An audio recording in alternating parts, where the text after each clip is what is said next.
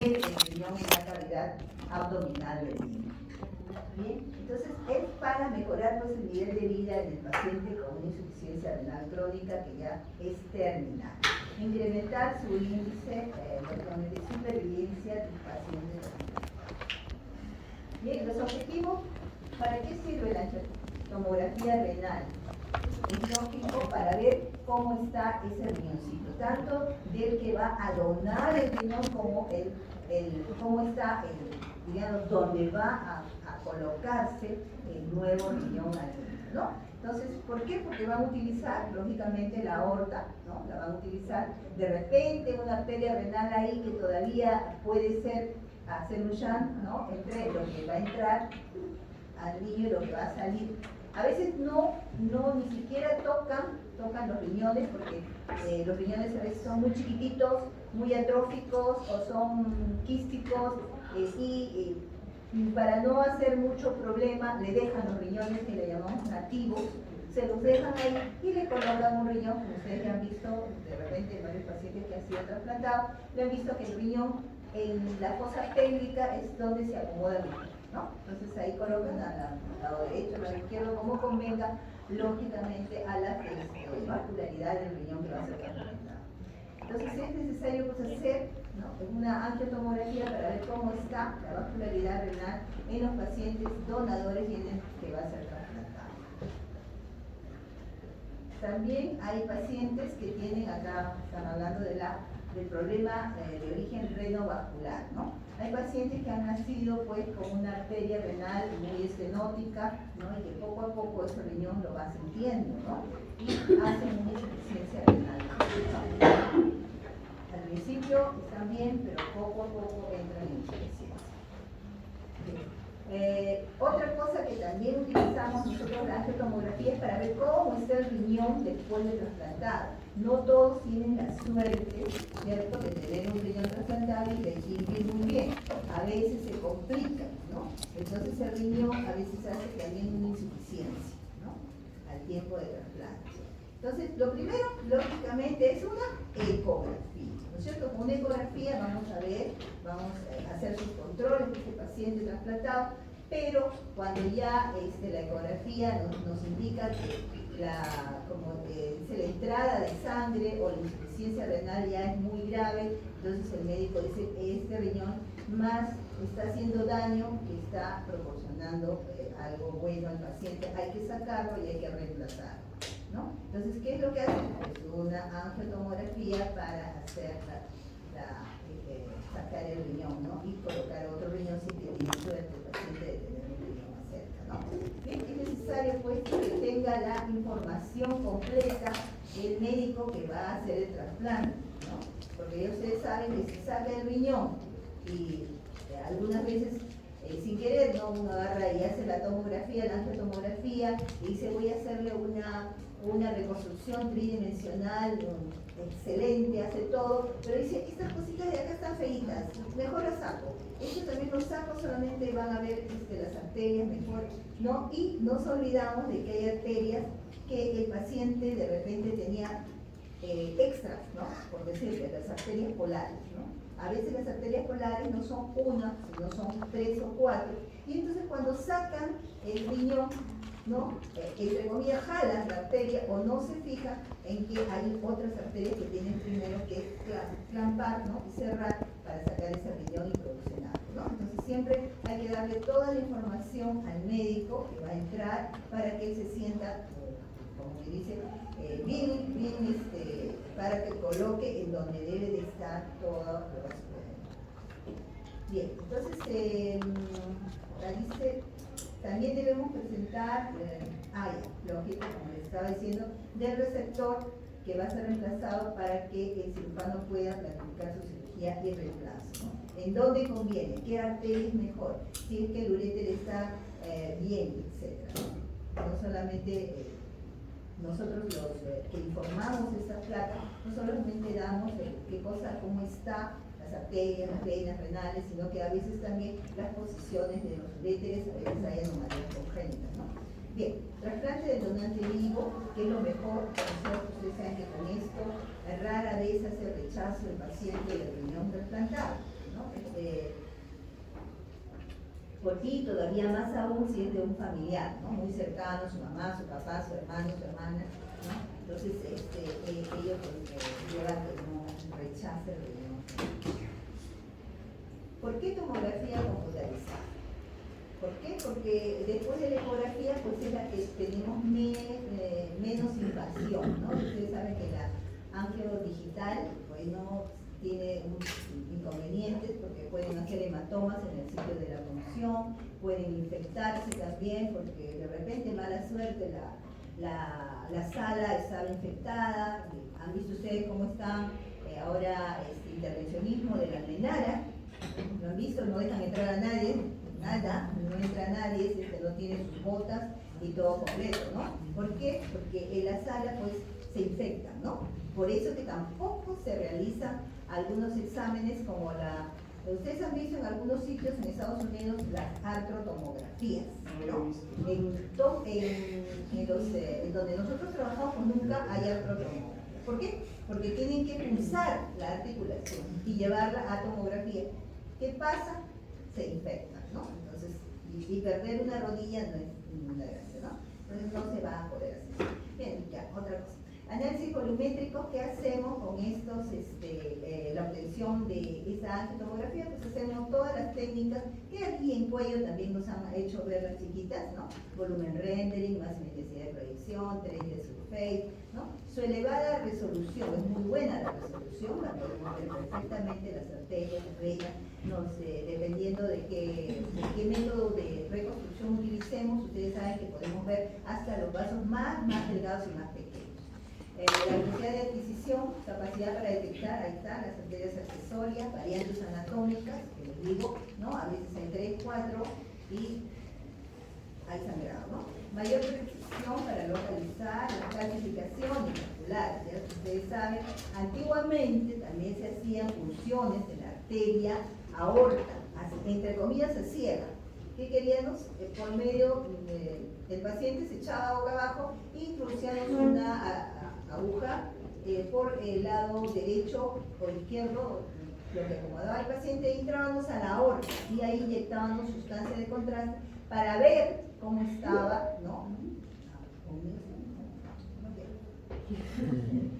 Entonces, para ver cómo estaban las arterias renales. Esa era la única manera que teníamos antiguamente de ver la circulación renal, ¿no? Pero ¿qué pasaba? Que la arteria aorta tenía unas grandes ateromas cálcicos, ¿no? Entonces cuando uno entraba a ciegas, chocaba con algo que parecía hueso, ¿no? Entonces uno decía, no, la metía. ¿Qué pasa con un lugar donde tienen ateromas? Ustedes meten una aguja ahí. Eso no es elástico, eso no se cierra ya, porque es duro. Entonces el paciente comenzaba a hacer una gran hemorragia, ¿no? Porque no se iba a cerrar. En cambio, cuando nosotros hacíamos dentro de una arteria aorta, sí hacíamos un hematoma dentro del paciente, pero como la arteria es bien elástica, lo que pasaba es que se cerraba el borde, ¿no? Entonces no había problema en hacerle este tipo de exámenes, pero felizmente que ahora ya tenemos pues la tomografía que antes no había tomografía, ¿no? Bien, se eleva la resolución, su velocidad de adquisición, capacidad, todo, y bajo costo diagnóstico seguro. ¿Por qué le dijo bajo costo? Porque ustedes saben cuánto cuesta el angio digital, un poquito de la cara, ¿no? En cambio la tomografía cuesta solamente 2 pestañas. Es un poquito más barato.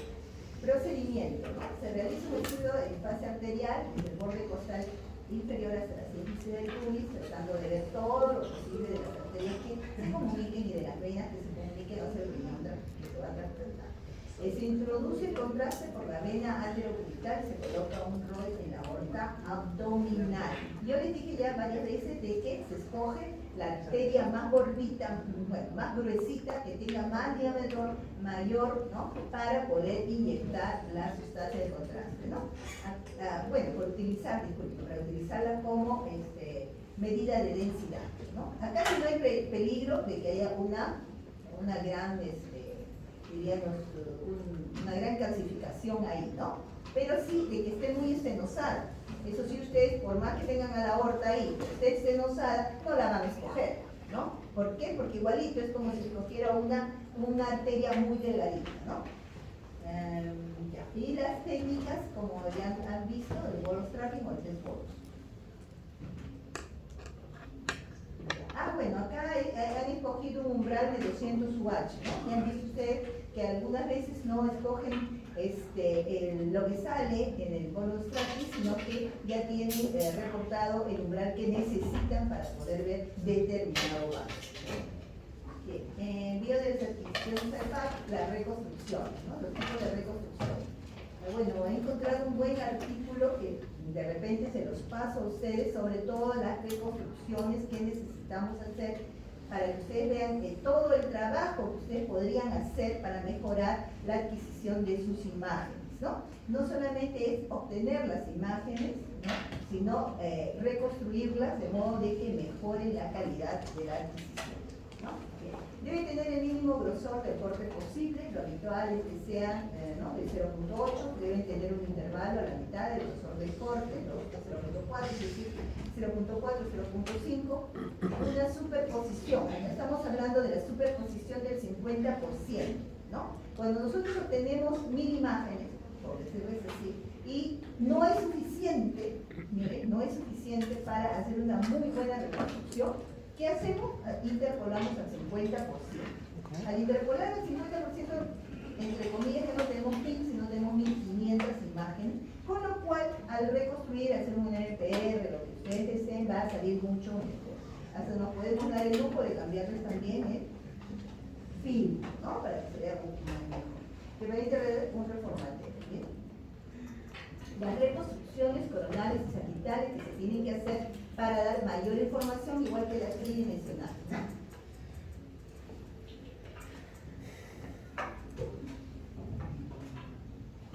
Ya, bueno, en este caso de las reconstrucciones con grosor de 3 a 5, ¿no? ¿Por qué? Porque tenemos la cantidad suficiente y también depende pues de qué arteria estamos viendo, ¿no? Porque si es una arteria gruesita, ¿para qué vamos a darnos el trabajo, no? Pero si por ejemplo es una arteria muy pequeña, diríamos algo así como del pie, quiero hacer un trasplante, no trasplante, sino quiero hacer un bypass en el pie, entonces necesito todas las arterias que hayan ahí viables, entonces sí puedo hacer, y no me ha salido, pues no me ha salido suficiente cantidad, comienzo a hacer y ya tenemos suficiente para dar más información sobre lo que tenemos. Bien, entonces, reformateo volumétrico tridimensional, no solamente de las arterias, sino también de las venas renales, ¿no? Fase arterial y venosa respectivamente. Ya han visto ustedes que en el caso, es lo que más ven, creo yo, malformaciones arteriovenosas son aneurismas en el cerebro. Alguna vez lo habrán visto ustedes en algún examen, ¿no? Entonces ahí es bastante importante pues ver todo, diríamos una reconstrucción tridimensional que nos dé la mayor cantidad de vasos que nos informen, ¿no? En dónde está el aneurisma o la malformación. A veces se nos pasa el tiempo, ¿no? Y llegamos a la fase venosa. No solamente tenemos la fase arterial para ver el aneurisma, sino que se nos pasó el tiempo, el paciente se movió y nos fue la fase venosa.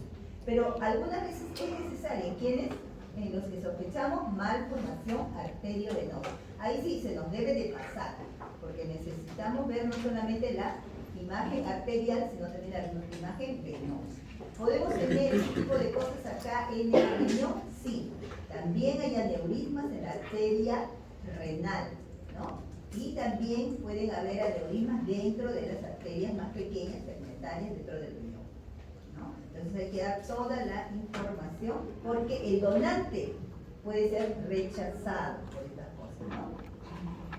Bien, angiotomografía renal normal, miren ustedes, todo, cuando este sí, este riñón sí, este riñón no. Generalmente, ¿qué escogen el riñón? Que tenga solamente una arteria renal. A veces el riñón tiene una anomalía congénita de 2 arterias renales. Ese riñón no sirve, diríamos, para trabajarlo. El que sí sirve es el que tiene una sola arteria renal, ¿no? Que es lo normal, entre comillas, en la generalidad, ¿no? Bien. Se pueden clasificar pues en 3 grupos: arterias ciliares, ¿no? Que son las arterias hacia su centro, arterias polares, que ya les hablé, y las arterias capsulares, que también son importantes al sacar el riñón, ¿no? A veces, en caso de neoplasias renales, ¿no? no sacan a veces la cápsula, y la cápsula debe ser sacada porque puede dar ahí el cáncer, puede permanecer el cáncer, ¿no? Bueno, eso es algo más. Arterias renales accesorias, ¿no? Esas son las que son, bueno, las que nos traen problemas, ¿no? La presencia de 3 o más arterias supone una contraindicación para la donación renal, ¿no? ¿Ya? Entonces, si ya tenemos 2, no. Quiero yo la que tenga 1, no. Pero si tienen 3, no, gracias. Se va, no es buen candidato. Como excepción, si una de las 3 de arteria portal superior de menos de 2 milímetros, el riñón que se considera apto para la... Eso depende también, ¿no? Acá estamos viendo de que si es una arteria que es muy delgadita, no da mucha importancia, se puede, como quien dice, evitar, se clampa y se acabó porque no da mucha circulación hacia el riñón, ok, ¿no? Existen arterias cercanas al riñón, pero que no se deben confundir con arterias renales accesorias, ¿no? En el caso de las arterias frénicas inferiores, ¿no?, del diafragma, las arterias de las glándulas suprarrenales, ramas de la arteria mesentérica superior, o de las arterias pancreáticas, ¿no?, que a veces se nos interponen con la imagen renal. Por eso es que el tecnólogo médico es el dibujante, diríamos así, antes de la cirugía, ¿no? El tecnólogo médico tiene que darle la completa seguridad al médico de que esa arteria no pertenece al riñón, doctor, esa pertenece a la renal derecha, pero como la renal derecha se pegó al riñón, usted está viendo esa arteria pegada, y usted cree que es una accesoria o es una polar. No, doctor, no es eso, es de la renal derecha, ¿no? Eso es lo que hay que entender. Bien. Principales variantes anatómicas, como acá también, una capsular muy larga, de repente una arteria polar muy gruesa, las arterias accesorias, ¿no? Hay que darle todo lo posible. Acá dice, bueno, podría ser, sí, una polar, pero de repente el vaso es el que estaba medio raro y estaba dando una arteria accesorial, ¿no? Accesorias prebiliares, ¿no? No sale una, sale 2, ¿no? Entonces eso no le gusta al cirujano. Acá un montón de arterias, miren cómo salen de la aorta y todas van al riñón, ¿no? Entonces tampoco, no son muy buenas, pero si es muy delgadita, menos de 2 milímetros, se opera, ¿no? Sí se puede hacer, ¿no? Porque ustedes saben que el trasplante, pues supuestamente es cortar acá, hacer un shunt acá con la nueva que viene, ¿no? Acá tenemos más accesorias polares, por eso que yo le digo, no le borren todo, dejen todo, como se dice, un plan, y luego, si ustedes ya desean, hacen cosas, ¿no? Bien, la anatomía es muy importante porque es el lado preferido para la cirugía. ¿Por qué el izquierdo es preferible al derecho? ¿Por qué el lado izquierdo es preferible para el trasplante que el derecho? Porque es mucho más prominente.